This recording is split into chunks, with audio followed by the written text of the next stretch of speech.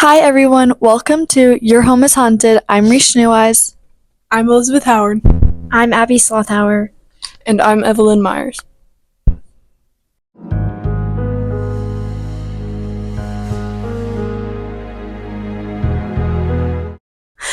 Today we are going to be talking about the haunted places in Salina, Kansas.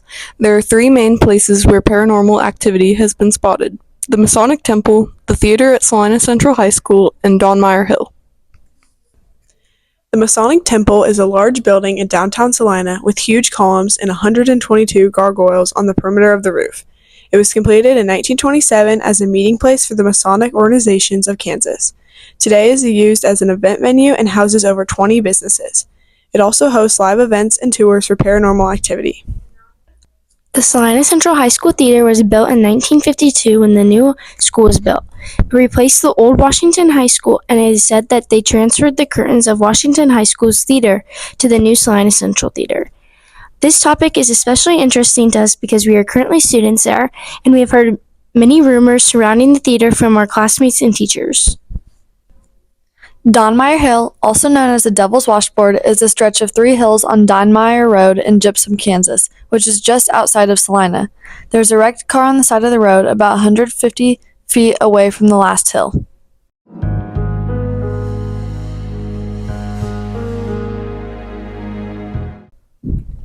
Let's begin with looking into the Masonic Temple of Salina, Kansas. Mary Land, one of the founders of the Salina Innovation Foundation, which now owns the first 4 floors of the building, has said that there are ghosts/known paranormal presences at the temple. Over the past few years, paranormal investigators have come to the temple, and each time they have found evidence of haunted activity. The two most famous ghosts are called Top Hat Man and Zachary. Top Hat Man is said to be seen and heard on upper balconies in the theater, and Zachary is thought to be a 5-year-old boy who will cut or untie shoelaces. According to KSAL News, quote, Land says that there have been numerous other unexplained things happen inside the building. Among other things, doors open and close, voices and singing can be heard, and some have heard what appears to be the sound of an old-time AM radio frequency, end quote.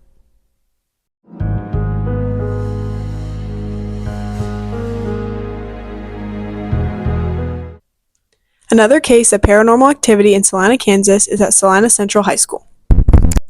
The ghost tale started at the original high school, Washington High School.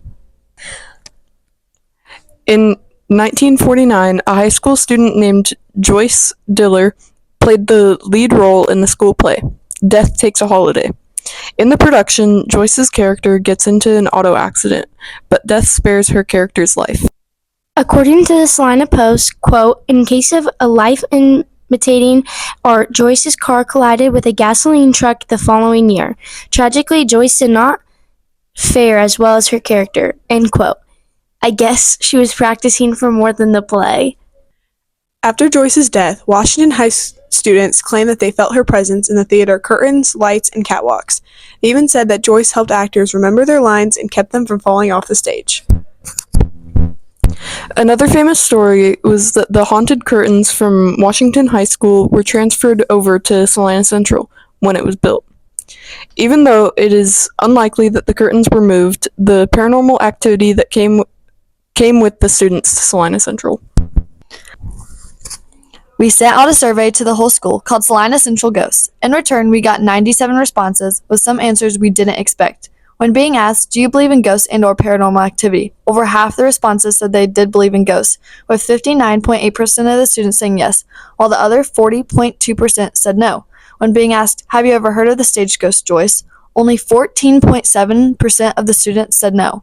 Also, 45.9% of students said they believe Central is haunted by Joyce, while the other 54.1% said they do not believe so. We divided up this question among 2 bases of students who have participated in theater and students who have not. Since Joyce is a phenomenon who is known to haunt the stage of the theater, we expected the people who had performed or been on stage to have varying opinions. Only answer if you have done theater. Have you ever felt the presence of Joyce? It was an even split. 50% said they have felt the presence of Joyce. Only answer if you haven't ever done theater. Have you ever felt the presence of Joyce? 28.2% of students who haven't done theater said they have felt the presence of Joyce, while 71.8% of students who haven't done theater have never felt the presence of Joyce. Although I did not respond to the survey, I don't believe Central is haunted by Joyce. I found out and heard about Joyce my freshman year while attending Salina Central. I had woken up early for a volleyball tournament on Saturday. When I had gotten to the school to grab my uniform from our school sports locker, all the lights were turned off and the gym was hollow and eerie. I remember everyone gathered in the gym and started yelling for Joyce. They all just yelled her name. I remember joining in, but I never thought she might have actually been present because I never actually felt her before. We also asked the students in the survey if they have ever had any crazy personal experiences of feeling haunted or the presence of the ghost at Salina Central, specifically in the theater or stage. We got some interesting responses. All answers are anonymous. We pulled some of the most interesting responses. One student said, quote, "One day we were rehearsing for a choir concert. I've always had weird things sometimes when it comes to spirits. We were on the floor and I was talking to my friends. I felt something watching me from behind or someone being behind me. Turns out no one was behind me and my friends thought I was crazy. I've also seen some movement on the top of the seats, but it's a quick blur and no one was allowed up there. Could have been my imagination, but I've seen it a few times." End quote. Another student said, quote, "During rehearsal for The Outsiders, an unoccupied wheelchair was in the center of the stage.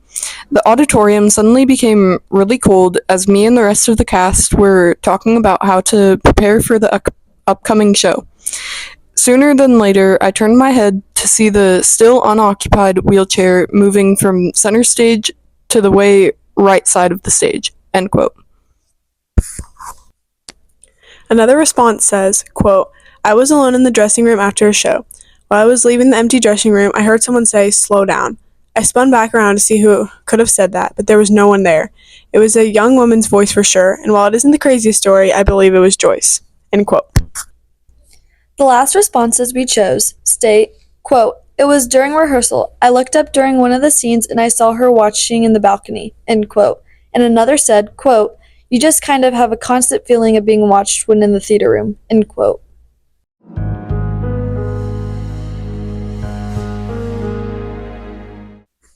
Lastly, let's jump into the mysterious haunting of Don Meyer Hill.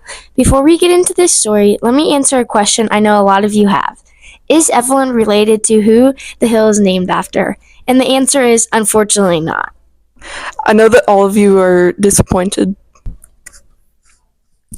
This is a very interesting haunting because it's not on the building like the other cases, it's on the road.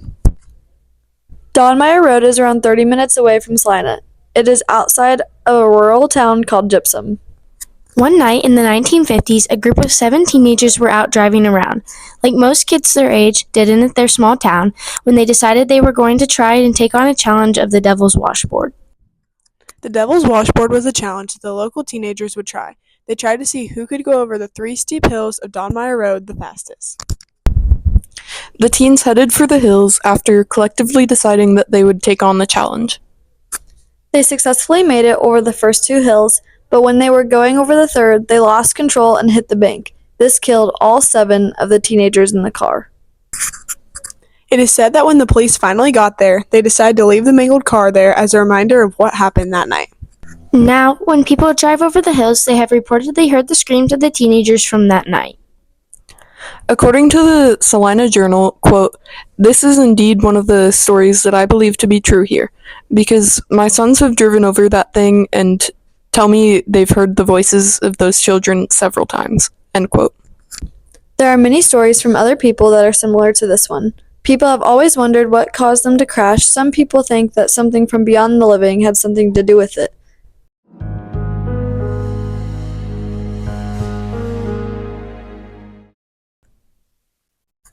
That's all for today's episode of Your Home is Haunted.